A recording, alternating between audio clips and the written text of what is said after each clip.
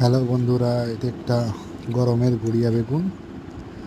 দেখেন বন্ধুরা, কি সুন্দর বেগুন ধরেছে। প্রত্যেকটা গাছে 10টা-12টার উপরে বেগুন আছে। আর সবচেয়ে বড় কথা, হ্যালো বন্ধুরা, এটা একটা গড়িয়া বেগুনের প্লট।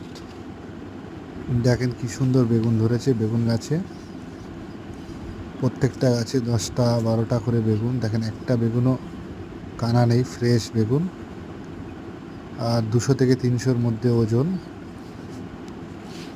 আজকে এপ্রিল মাসের 3 তারিখ। আর এই গরমের মধ্যেও কানা তেমন নেই, কানা আছে 95% বেগুন ভালো, অল্প কিছু কানা আছে।